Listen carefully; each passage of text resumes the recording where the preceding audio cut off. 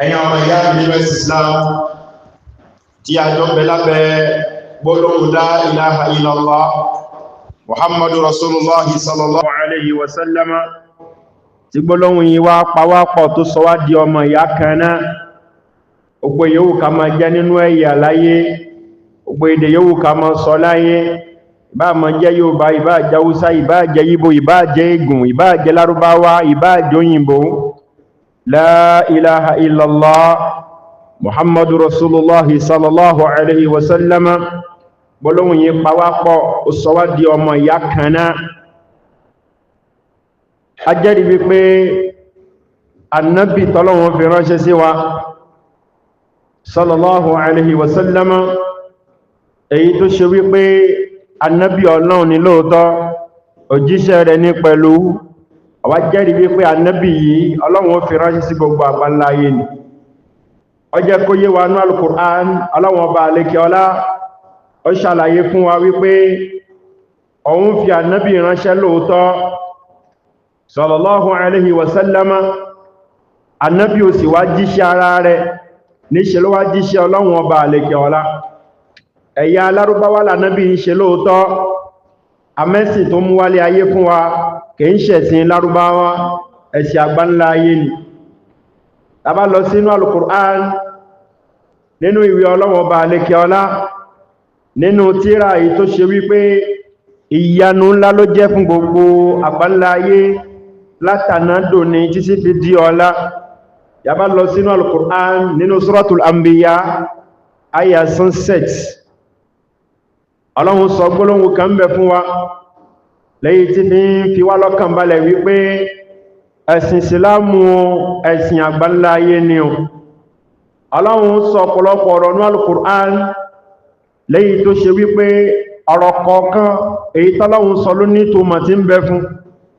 Àmọ́ nínú àwọn ọ̀rọ̀ tọ́lọ́run sọ sínú Qur'an èyí tí ń tọ́ka wípé ẹ̀sìn Islam kìí ṣe ẹ̀sìn ìran kan, ẹ̀sìn Islam kìí ṣe ẹ̀sìn ìlú kan, ẹ̀sìn Islam kìí ṣe ẹ̀sìn èdè kan, kìí ṣe ẹ̀sìn àwọn Lárúbáwá.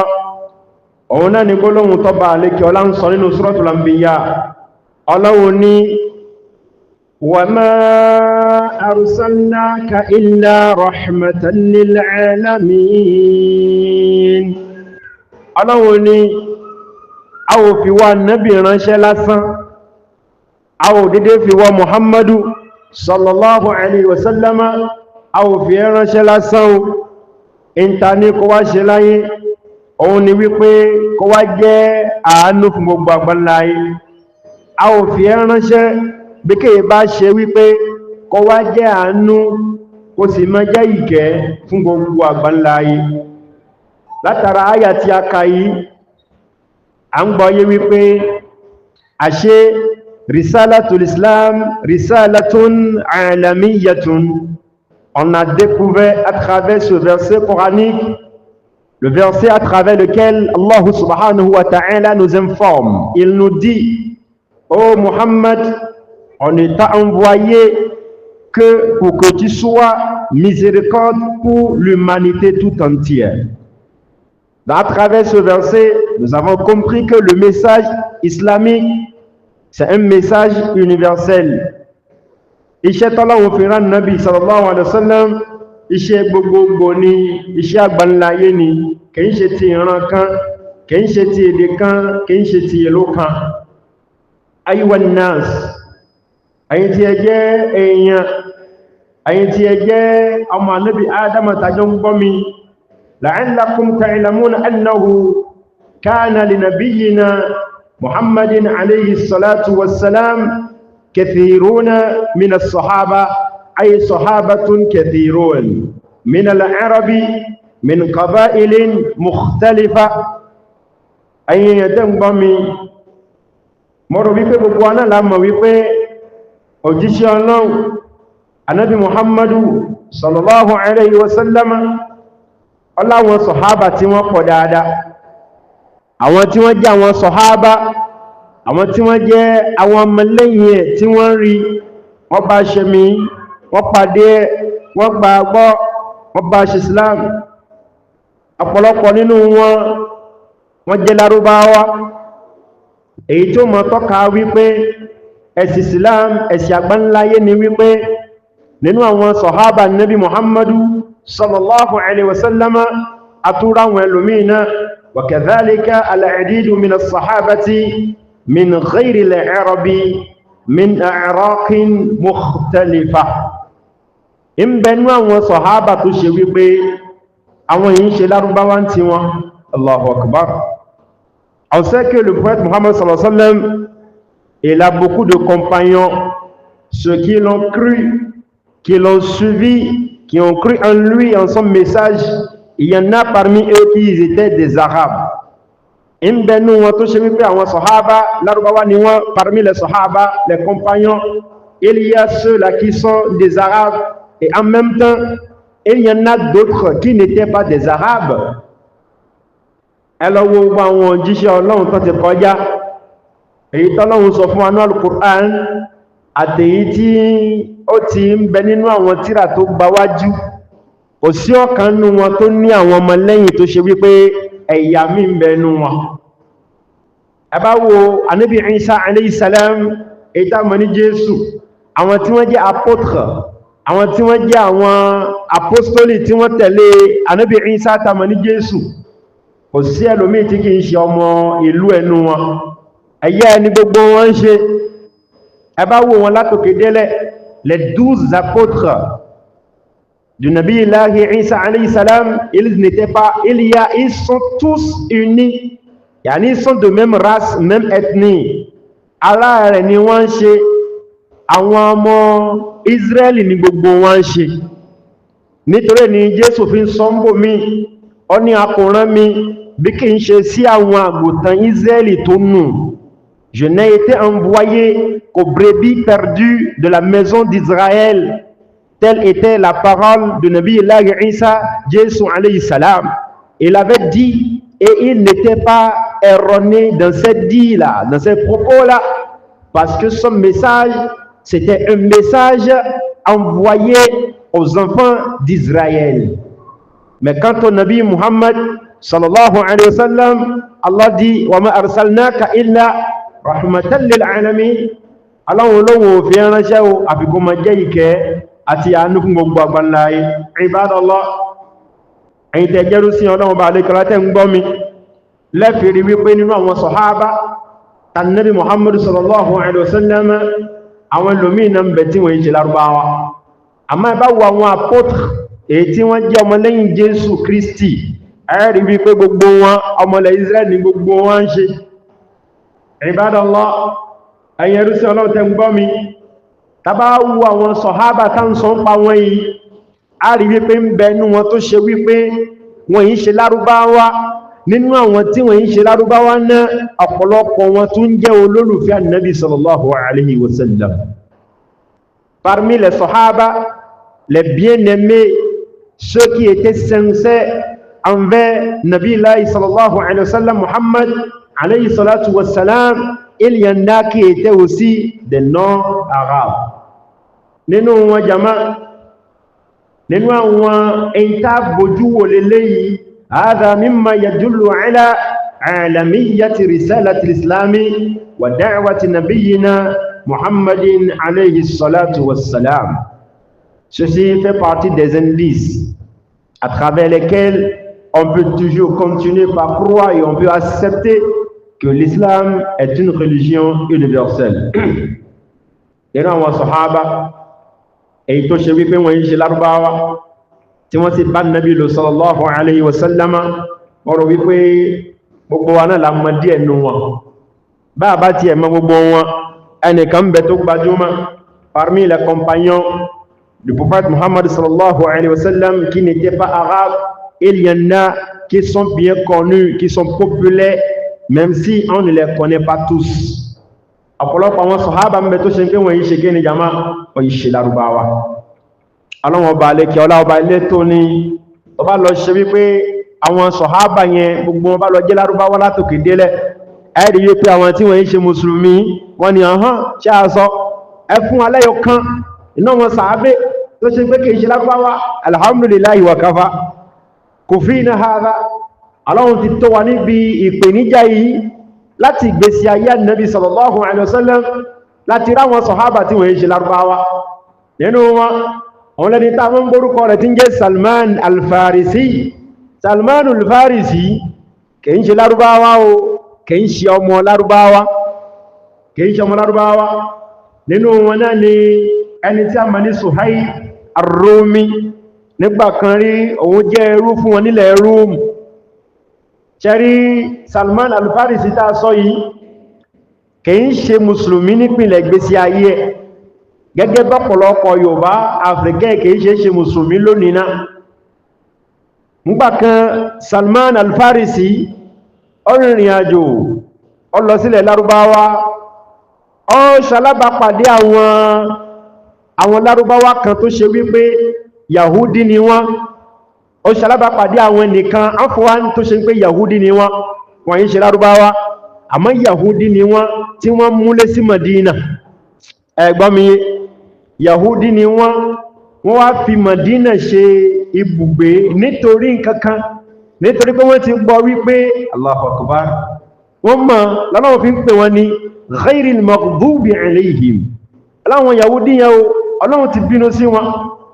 Ẹ bá ka Qur'ani dé, ẹ bá ka Suratul Fatiha, ẹ bá fẹ́ parí Ọlọ́run ní ihdina siratal mustaqim. À ń tọrọ lọ́dọ̀ Ọlọ́run kó fi wá mọ́nà ọ̀nà tí ń bẹ lópòpónà, ọ̀nà tòótọ́, ọ̀nà tààràtà, ọ̀nà tó ṣe wípé siratal ladhina an'amta alayhim, ọ̀nà àwọn ẹni tí wọ́n Ọlọ́run bá lékè ọlá tó ti parí ìdẹ̀ra rẹ̀ lé lórí. Ghayril maghdubi alayhim, ìyàtọ̀ sọ́nà àwọn ẹni tí wọ́n Ọlọ́run ti bínú sí, wala ddallin, yàtọ̀ sí tàwọn tí wọ́n ti sọnù. Man humul maghdubu alayhim, àwọn wo ni al-maghdubu alayhim tọ́lọ́run bínú sí làwọn Yahudi. Li'annahum araful haqqa, wọ́n mọ̀ òdodo, araful haqq fakatamuhu, wọ́n mọ̀ òdodo wọ́n sì gbé pamọ́. Wọ́n mọ̀ wípé wọ́n ti kà nínú àwọn ìwé tí ń bẹ lọ́wọ́ wọn gbà náà at-Tawrah wípé òjíṣẹ́ kan ń bọ̀ nígbẹ̀yìn ìgbà. Nínú àwọn àpẹẹrẹ, àwọn àmì tí wọ́n fi mọ òjíṣẹ́ náà, wọ́n kàkàkà títí wọ́n rí pé ibi tí ó dé sí ibi kan ni tó ṣe wípé ọ̀pẹ́ ó pọ̀ mẹ́. Wọ́n ka àwọn ìròyìn náà, wọ́n rí pé kò ní kọjá Mọ̀dínà. Àwọn wọ́n ń fẹ́ kó ṣe pé òjíṣẹ́ yìí kó jáde látara títa wọn ọlọ́múlé sí Mọ̀dínà. Àmọ́ Ọlọ́run ní rárá, ọ̀dọ̀ yín kó ní ti jáde, ọ̀dọ̀ wọn Lárúbáwá ni. Allahu Akbar. Ìyẹn ni pé Salman al-Farisi ó ti ṣalábàápàdé àwọn Yahudi yẹn tó ti gbà fún Yahudiya. Nígbà kan rí Mọ̀júsí ni Salman al-Farisi, sahabi Ànábì Mọ̀júsí nígbà kan rí. Iná ni máa ń bọ, iná ni máa ń sìn. Bà tó lọ sí ìlú Lárúbáwá tó bá àwọn Yahudi pàdé, ó di Yahudi. Ibẹ̀ ló wà títí tàbí Nábì ṣe hijira lọ sí Madina, ó rí pé òdodo lélẹ́yìí ló bá di Mùsùlùmí, kìí ṣe Lárúbáwá. Yẹn tọ́ka wípé ẹ̀sìn Islam ẹ̀sìn àgbáláyé ni. Parmi les Sahaba, celui dont on vient de parler, il s'appelle bien Salman al-Farisi. Au début, il n'était pas musulman, il était adorateur du feu. Il a fait son émigration vers Médine où il a rencontré les Juifs. Il est devenu juif à Médine. Il y était resté jusqu'au moment où le prophète Mohammed sallallahu alayhi wa sallam a fait son hijr vers Médine et il est converti à l'islam. Donc Salman al-Farisi, il était un compagnon fidèle, sincère au prophète Mohammed sallallahu alayhi wa sallam. Il a bien aidé dans beaucoup de circonstances.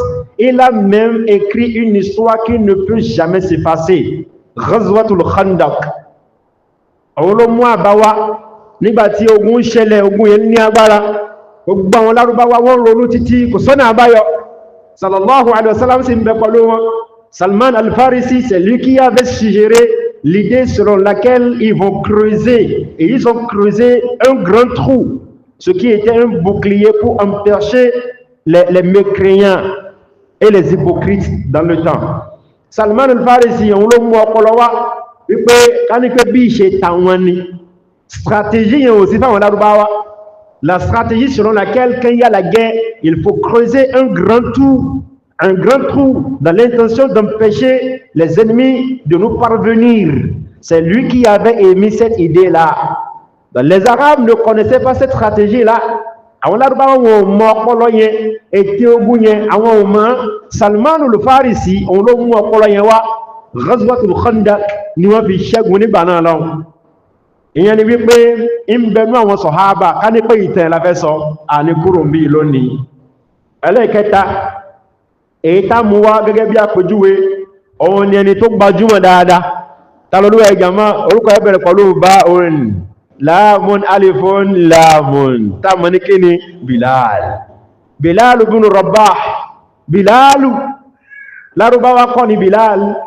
Bilal n'était pas arabe, il était un Africain, il était noir, il était de l'Éthiopie qu'on appelait Habasha dans le temps. Bilal radiyallahu anhu wa an as-sahabati ajma'in, il était parmi les sahaba et il n'était pas arabe non plus. Donc ce qui veut dire que l'islam n'est pas la religion des arabes, mais une religion universelle de tout le monde entier. Bilal, gbogbo wa la mọ̀ ìtàn Bilal, ìyẹn kọ́ la fẹ́ mọ̀ sọ lónìí jama. Bilal al-Habashi tó ṣe ń pé láti ibo ló ti wá jama, Éthiopie. Et l'Éthiopie fait partie de quoi àwọn pays africains lónìí, àwọn ń bẹ nínú wọn lónìí, ẹgbẹ́ kan ni a bá sọ nípa continent africain lápapọ̀ nínú àwọn pays tó jẹ́ pays africain lónìí. Noir ni Bilal, dúdú ni Bilal, il était noir. Allahu Akbar. Donc ce qui veut dire que l'islam c'est la religion de tout le monde. Si la religion était une religion des Arabes, les Arabes auraient empêché les non-Arabes d'y intégrer. Bó ṣe wà fáwọn ẹnìkan lónìí, n'importe qui wọnú ẹ̀sìn wọn. Bẹ́ẹ̀ ni, tàlẹ́gbọ́ kó di Yahudi kò rọrùn. Àwọn Lárúbáwá ẹ̀sìn yẹn kì í ṣẹ̀sìn wọn. Islam Ọlọ́run fi ránṣẹ́ fún gbogbo àgbáláyé. Tàlẹ́ni tí ó mọ̀ Bilal. ويكنى بأبي عبد الله كني كنيا بلال أنا ما كني بابا كني بابا عبد الله أوني بلال أولا باكوكو نينو إسلام أقولكم كان إنه واي Bilal ba Islam là toko ẹrú. Bilal il était esclave au moment où il était affranchi, il était franchi de l'esclavage. Moi yoko loko ẹrú. Talo ra jama Abu Bakr Siddiq radiyallahu anhu nígbà tí Bilal gba Islam ẹrú ni Bilal ngba náà. Subhanallah, Bilal était esclave des Arabes dans le moment. Ó jẹ́ ẹrú fapá kan nínú àwọn Lárúbáwá. Et les Arabes qui étaient son chef dans le temps étaient quant à eux des mécréants. Anabi jẹ́ Lárúbáwá, ó sì jẹ́ Musulmi. Nabi sallallahu alayhi wa sallam, il est arabe, lui il était musulman. Il y a parmi les Sahaba qui étaient déjà convertis à l'islam, mais Bilal, il était esclave chez un chef qui est un mécréant, un polythéiste. Il a subi des châtiments, des tourments à cause de son islam. N'était pas islam. Bati wala na po. Il y en a po.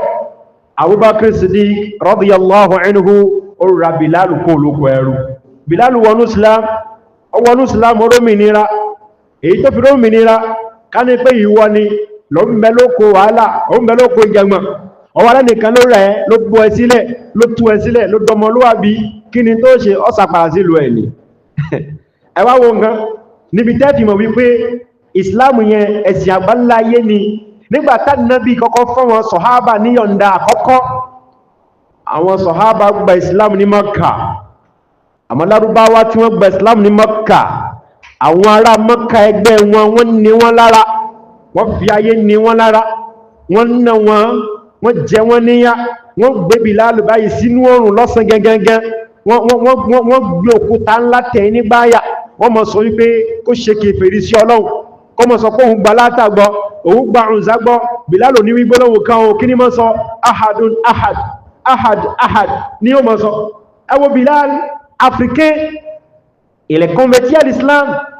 D'accord? Si l'islam était perçu comme la religion des Arabes, il n'aurait pas accepté subir ces châtiments-là à cause de la religion d'autrui. Donc, il a compris que l'islam, c'est pas la religion des Arabes, parce que c'est les Arabes qui le châtiaient à cause de sa conversion à l'islam.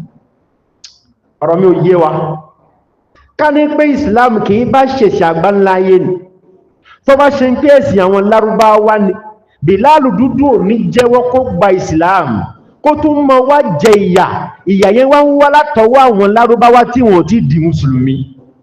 Ce qui veut dire que l'islam c'est pas la religion des Arabes.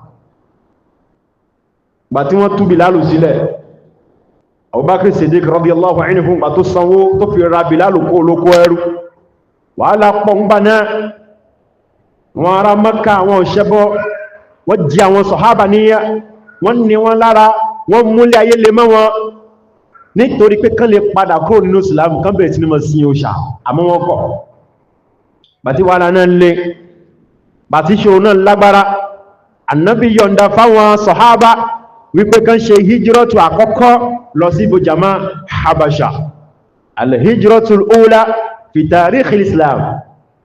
Immigration àkọ́kọ́ tí wọ́n kọ́kọ́ ṣe ni wọ́n ṣe hijira kò ní kí ni jama ní Makka lọ sí Habasha.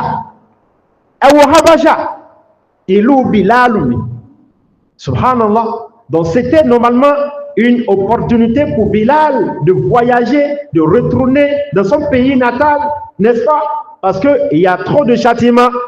Les musulmans ont subi tellement d'injustices au point où le prophète Mohammed sallallahu alayhi wa sallam les a autorisés de faire l'immigration vers Habasha, Éthiopie, parce qu'il y avait un roi qui était juste et qui ne lésait personne.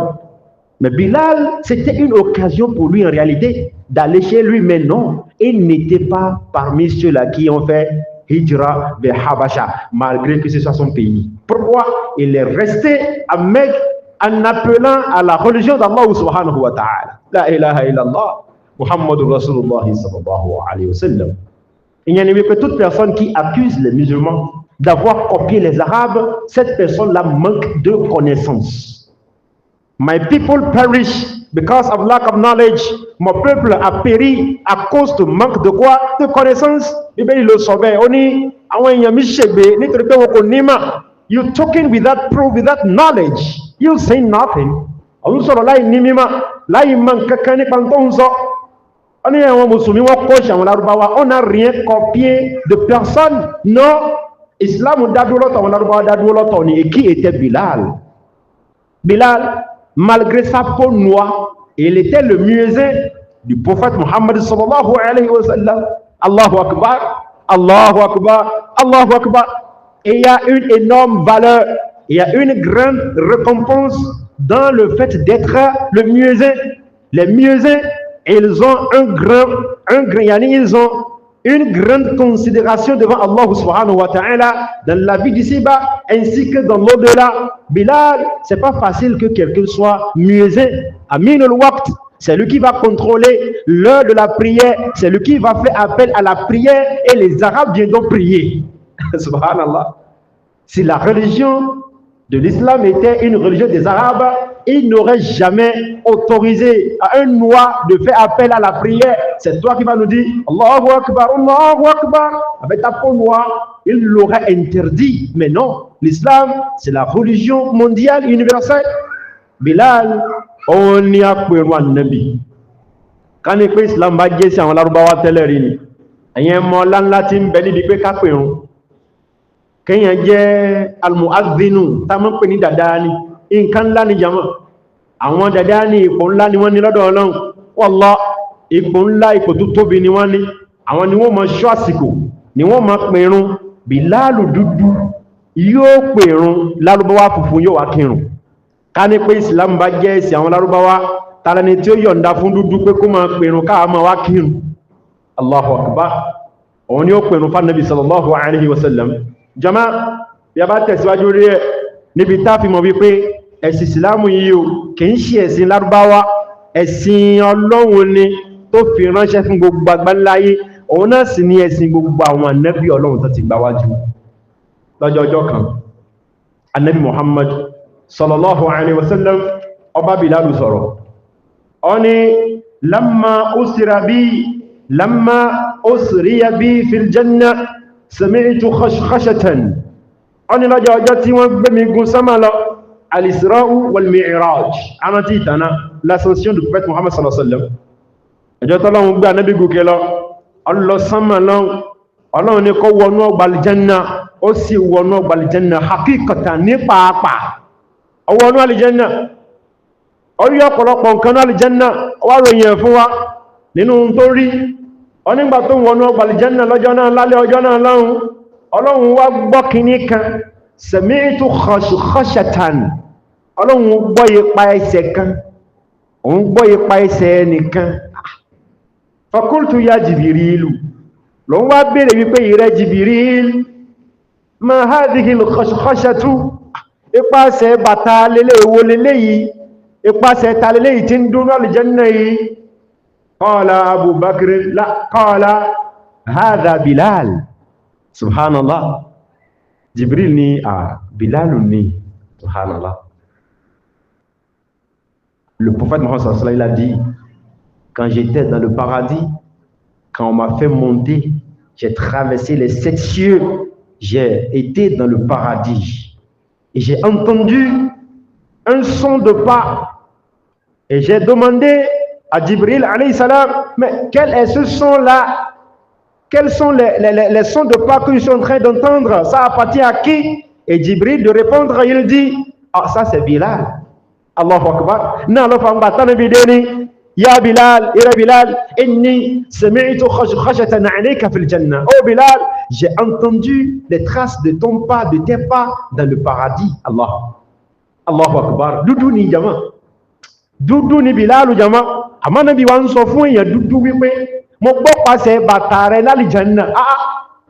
Abubakar jowu jana ó wù wípé kó ṣe pé ìyá ó ní laita umma Bilalin waladatni mo jowú ó wù mí si c'était la maman de Bilal qui m'avait mis au monde wípé j'ai tant souhaité que je sois à la place de Bilal ẹwọ látọ́lọ́hun ṣe fún dúdú tí ànábì funfun kò sì wá gbé pamọ́ nítorí pé dúdú lòun ẹwọ pé ká ní pé àwa ni àwa ta jẹ́yàn yìí tó pé karambà nínú pọ̀ nù wa ìwọ tó jánago bọ́ bá rí ọlá kan lára egun ò ní sọ láyéláyé àwọn egun yẹn wọn ò wúlò lọ́dọ̀ ti ẹ ẹ̀yin ànàgó nìkan lẹ dára ẹ̀yin tẹ́ ń sọ pé àwata jẹ́ mùsùlùmí akọ́ṣe àwọn lárúbáwá ẹ̀yin gẹ́gẹ́ lẹ́yìn ṣe racism jùlọ ẹ̀ní gbọ́ láyé pé kí Yorùbá kan kó mọ wá yin egun kan pé bàbá yẹn mọ̀wé gan ni o ilẹ̀ ń dọ́kítọ̀ ilẹ̀ ń kọ̀nẹ́sẹ̀ kò ní sọ ọ̀dẹ̀ kí ló pa mọ̀ kò mọ́ nǹkan ìfinà yan kànáà ìfinà ọmọ mú yàn gba dọ̀tọ̀rà ni ànábì ò ṣe gbadé jẹjẹ nábí kò sọ bẹ́ẹ̀ kò sọ pé rárá o àwọn táwọn jẹ́ lárúbáwá làwọn dá rárá ó sọ fún Bilal wípé mo gbọ́ pàṣẹ bàtà l'aljanna ẹ wá wọn gan ẹni tó jẹ́ ọ̀nkù ànábì sallallahu alaihi wasallam ìwà ń bẹ inú Kùránì wípé Ọlọ́run ní tabbat yada Abi Lahabin wa tabb ọ̀nkù ànábì tó jẹ́ kèfèrí tó gbógun ta ànábì tó takò ànábì sallallahu alaihi wasallam tòun tí bó ṣe jẹ́ lárúbáwá tó áyà yẹn súrà yẹn ń bẹ ní al-Qur'ani dọ̀túnla tálùkì ọmọ fìdé wípé sayasla naran dhata lahab ó ní Abu Jahali Abu Lahabi yóò wọnú náà. Allah. L'islam a annoncé la bonne nouvelle à un Africain, à un noir qui n'était pas arabe, qu'il va entrer au paradis, et en même temps il y a un non-arabe qui faisait partie de la famille du prophète Muhammad sallallahu alayhi wa sallam. Il était son oncle, il a été antagoniste, il a été contre l'islam, il a été son ennemi, il a été contre le prophète Muhammad sallallahu alayhi wa sallam, il a injurié, il a maudit. Allah lui a annoncé qu'il ira en enfer à travers une sourate tout entière, et la sourate est récitée jusqu'à la fin des temps. Donc si l'islam était la religion des Arabes, on ne devrait pas avoir un verset dans le Coran qui va parler de quoi? De la mauvaise fin de qui? D'un arabe. Jama, elle est tout pour moi. Là, tu m'as dit que l'islam, ça suffit largement pour comprendre qu'en réalité, l'islam, ce n'est pas la religion des Arabes. Donc, chers frères et sœurs en islam, il faudrait que nous soyons vigilants. Quand on rencontre des gens qui nous accusent d'avoir délaissé nos religions, d'avoir délaissé nos cultures, d'avoir délaissé nos valeurs, tout en appréciant, en adoptant les cultures exogènes, il aura fallu qu'on leur réponde en disant non. L'islam, c'est pas la religion des Arabes, mais c'est plutôt la religion de toute l'humanité. أقول قولي هذا وأستغفر الله العظيم لي ولكم من كل ذنب وخطيئة فاستغفروه إنه كان غفارا.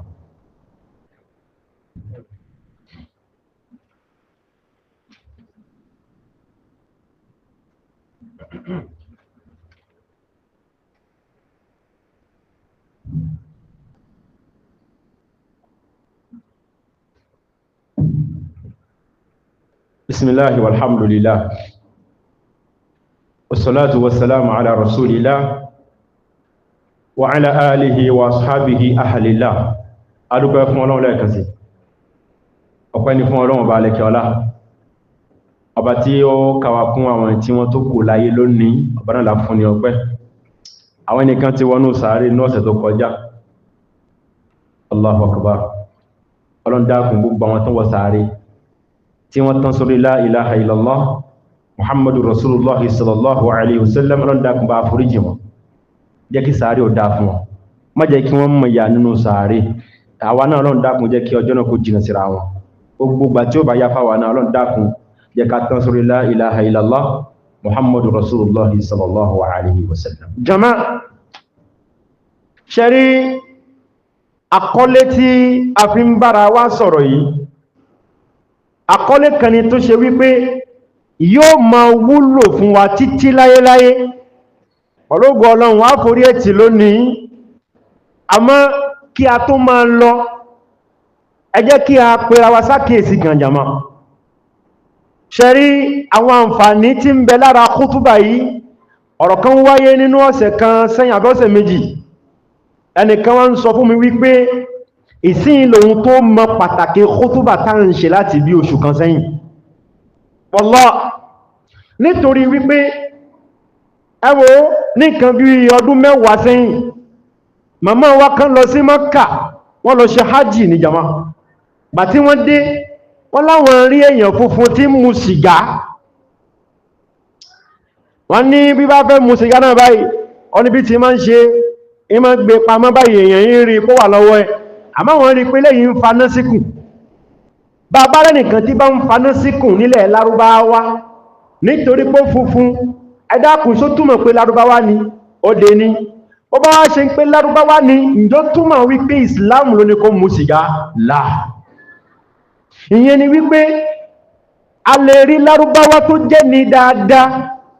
iṣẹ́ tí Ọlọ́run fi rán Nabi sallallahu alaihi wasallam tó wá jẹ́ fún wọn, tó wá jẹ́ fáyé, a rí inú wọn tó gbọ́ iṣẹ́ yẹn tó sì tẹ̀lé rẹ̀ dáadáa, tó mú lò. irú wọn ma jẹ́ ní eré, wọ́n wà lè jẹ́nà bọ́lọ́run bá fẹ́. abárẹ́ nìkan náà nú àwàta jẹ́ African, àbáwàta iṣẹ́ African ta yàtọ̀ sí Lárúbáwá, ta gbọ́ ìsìlámù yẹ, ta tẹ̀lófin Islam, àdéhùn àlìjẹ́nà tọ́lọ́run ṣe fún gbogbo ayé, ibẹ̀ náà làwọn náà wọ̀ olóògùn Ọlọ́run bá lẹ́kẹ́ ọlá. ẹ wá jẹ́ a mọ̀ wípé èdè Lárúbáwá àbí ẹ̀yà Lárúbáwá, ẹ má jẹ́ kó tàn wá jẹ. torí bẹ́ẹ̀ lómi gbogbo ohun tó mọ̀ lẹ́sìn lónìí, òun ni tí Lárúbáwá bá ṣe. Il y a des gens qui sont dans une grave erreur, une erreur évidente. C'est-à-dire, ils ont pris les Arabes comme un modèle, même s'ils devraient l'être. ọ̀pọ̀lọpọ̀ àwọn èèyàn Lárúbáwá ni wọ́n mú ní àwòkọ́ṣe, bó tilẹ̀ jẹ́ wípé ta bá ń sọ wípé ta ló yẹ kó káràmọ́ sí kí Islam jù láyé yìí, àwọn Lárúbáwá náà ló yẹ, torí pé ọ̀dọ̀ wọn ló dé sí. àmọ́ ń yà yín lẹ́nu lónìí, èmi kọ́ mo fẹ́ yà yín lẹ́nu, Ànábì yóò surprise ayé. àwọn ìṣẹ̀lẹ̀ kan ń ṣẹlẹ̀ nílé ayé lọ́wọ́lọ́wọ́ yìí. Il y a beaucoup de choses qui se passent dans la vie, dans le monde actuel, et il y en a qui vont se passer encore dans le futur. Soyez vraiment vigilants. Ne vous laissez pas duper. Ẹ dákun kí sára, ẹ̀yin tẹ́ jẹ́ Mùsùlùmí, pàápàá jùlọ tẹ́ yìí ṣe Lárúbáwá, tẹ́ jẹ́ Yorùbáwá. ẹ máa gbọ́ oríṣiríṣi àwọn nǹkan kan tí ń ṣẹlẹ̀ láyé lónìí tó ṣe wípé ó panilẹ́kún, ó bani nínú jẹ́. bí kìí bá ṣe wípé a ti gbọ́ yé tẹ́lẹ̀ rí pé Islam kìí ṣẹ̀sìn Lárúbáwá ni, ẹlòmí ò ti fi Islam sílẹ̀. lẹ́lòmí ò fi mọ́ sọ wípé je rends grâce à Dieu d'avoir connu l'islam avant de connaître le musulman. Il y a beaucoup de gens qui sont convertis à l'islam de nos jours qui disent I thank God for having discovered Islam before discovering the Muslim. Ọlọ́run dúpẹ́ fọ́lọ́run pé òun ti mọ Islam kóhun tó mọ Mùsùlùmí.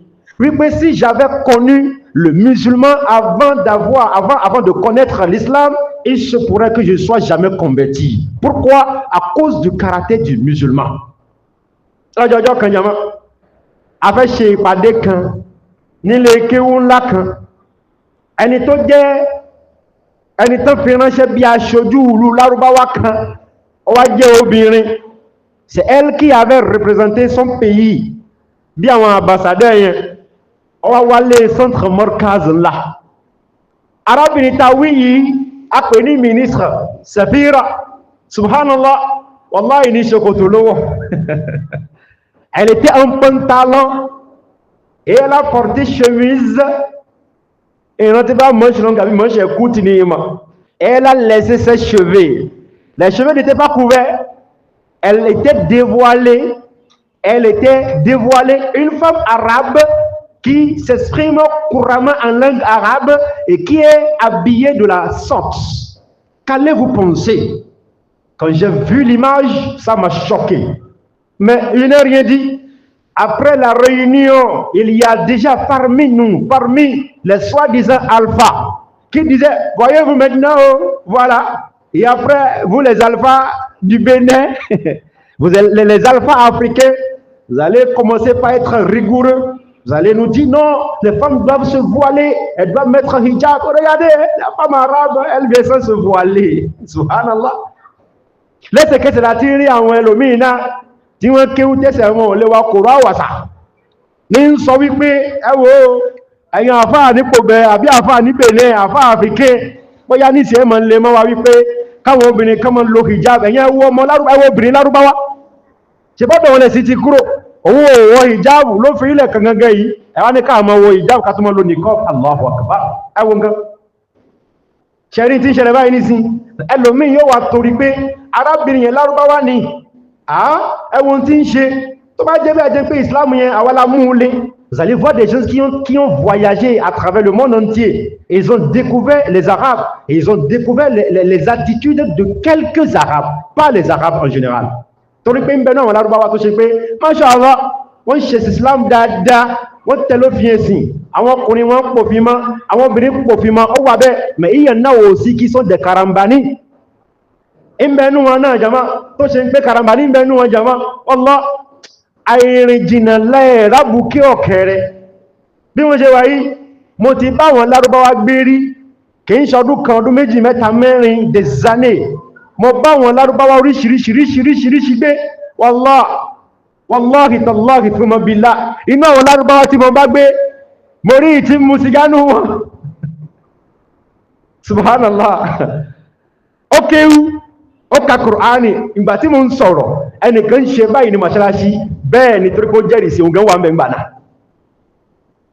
ìmọ̀ mú sìgá ìmọ̀ ń fa sìgá Islam sì kọ̀ pé wala tulqu bi aydikum ila tahaluka ẹ má fi ọwọ́ ara yín fi fa ìparun fúnra yín wọ́n ní smoking kills wọ́n ní ká mú sìgá mọ́ kó báyàn ní ẹ̀bẹ̀ kọ́ ni àbí Lárúbáwá kò gbọ́ tinú Qur'an kò gbọ́ tinú hadithi ìfanásíkù.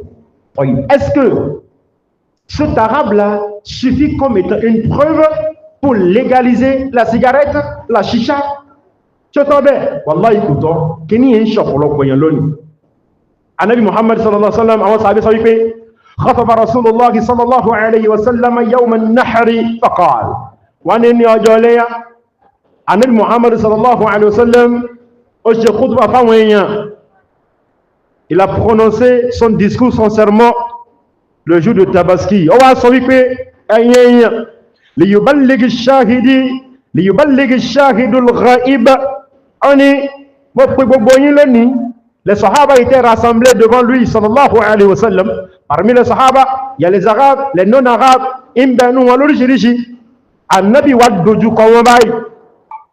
Imba Walarbawa Soronio, il adressait la parole aux Arabes et aux non-Arabes, aux musulmans qui étaient présents le jour-là. Inni liyuballighi ash-shahid al-ghaib. On est ẹni tó wà níbí lónìí, que celui-là qui est présent aujourd'hui aille informer ceux qui sont absents.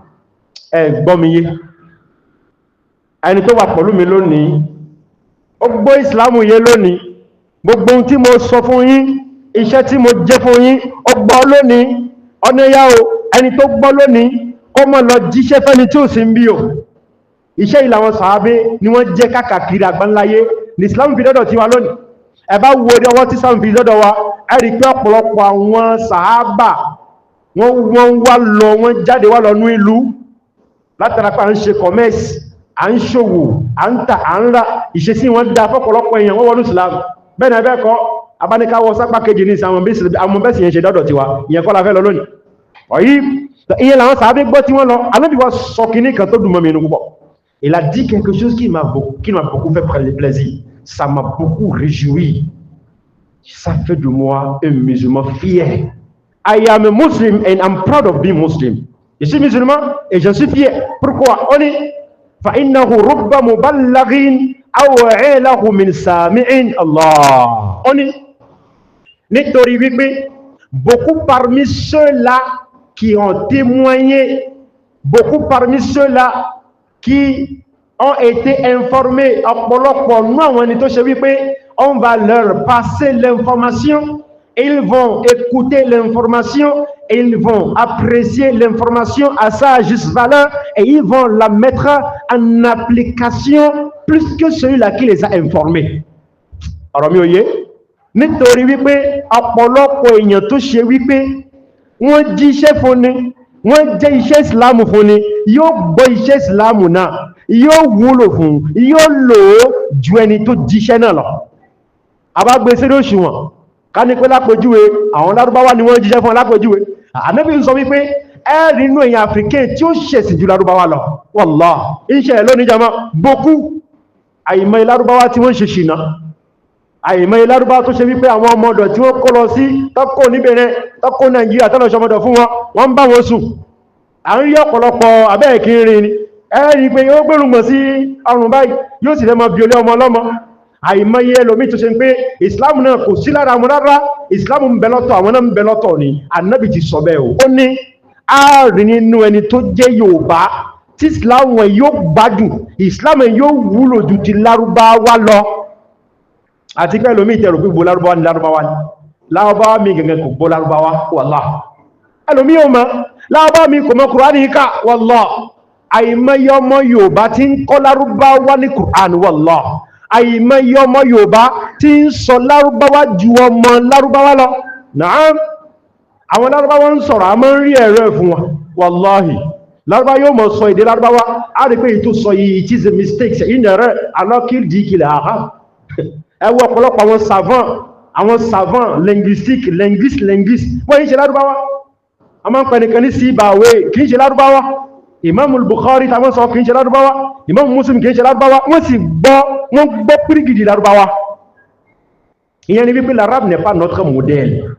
Ó lè di ọ̀la kẹgbọ́ pé àwọn lárúbáwá nínú lárúbáwá kan wọ́n ṣí bá síbì kan, wọ́n ṣí ilé ọtí síbì kan, wọ́n ń jó níbì kan. Ça ne veut pas légaliser ce qu'ils sont en train de faire. Ils sont en déphasage. Wọ́n yapa sókè Ọlọ́run bá lékè ọlá. Ndí mo ń sọ yóò padà yé wa tó bá dọjọ́ wájú, yóò sì ti mọ yí àwọn ẹnìkan ní ìsìn, pàápàá jùlọ àwọn tó bá ti ń rí àwọn nǹkan tá ń sọ yìí, kọ́lọ̀kọ́ fi wá ṣe kọ̀ǹgẹ́ rí. Ẹnìkan ló sọ níjọ́ kan, ó ní wọ́n ṣe Happy New Year nílẹ̀ Lárúbáwá, wọ́n ní wọ́n ṣe Noel nílẹ̀ Lárúbáwá, wọ́n ṣe Fête de Nouvelle An nílẹ̀ Lárúbáwá. Ẹ dákun tí sọ kó tọ́ fún wa. Ìbéèrè ni ẹni tó bá sọ bẹ́ẹ̀ kò ní mọ̀, ẹni bá sọ wípé nítorí pé ìlú Lárúbáwá kan bẹ́ o, wọ́n ṣe Noel, wọ́n ṣe Janvier, lòun náà wọ́n fi ṣe ajẹ́gbẹ́kọ̀ọ́ mọ́ tí ń sọ.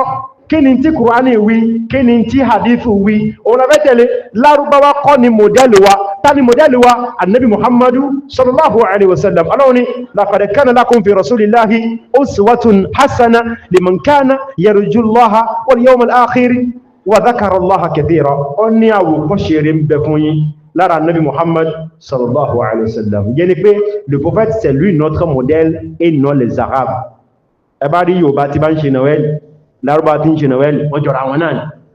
Yorùbá tí ń ṣe Janvier, lárúbá tí ń ṣe jàmbí wọ́n ṣe kí ni wọ́n jọra wọn náà ni lárúbáwá tí ò ṣe mùsùlùmí tí ò ṣe nílẹ̀ yìí tó jẹ́ Yorùbá nǹkan kan náà ni wọ́n Islam là ń ṣe àṣekí ni o àtẹ̀láṣà ẹnìkankan abẹ́ Ọlọ́run bá lẹ́kẹ̀lá kó fi wá ṣe kòǹgẹ́rẹ́ kó gbàdúrà wa kó fẹsẹ̀ wa nílẹ̀ sínú Islam jù báyìí lọ ẹ̀kọ́ má jẹ́ kí omi ayé kó gbé wa lọ gbogbo ìjì tí ń jà yìí afẹ́fẹ́ tí ń fẹ́ yìí kó má gbé nìkọ̀ọ̀kan wa lọ Ọlọ́run kó ṣàánú nìkọ̀ọ̀kan wa pàápàá jùlọ àwa àtàwọn ọmọ wa àtàwọn aya wa Ọlọ́run dákun jẹ́ kí Islam kó bá wa kalẹ̀ Rabbana ati nufusana taqwaha wa zakkiha anta khayru man zakkaha anta waliyuha wa mawlaha ربنا لا تزغ قلوبنا بعد إذ هديتنا وهب لنا من لدنك رحمة إنك أنت الوهاب ربنا آتنا في الدنيا حسنة وفي الآخرة حسنة وقنا عذاب النار أنبي الله وبارك عليك نسي àwọn ẹni wa tí wọ́n ń bẹ ní dùbúlẹ̀ ààrẹ Ọlọ́run dákun bá gbé wọn dìde gbogbo ẹni tí àìsàn kan àbí kejì ń ṣe wọn Ọlọ́run dákun bá wò wọ́n sàn o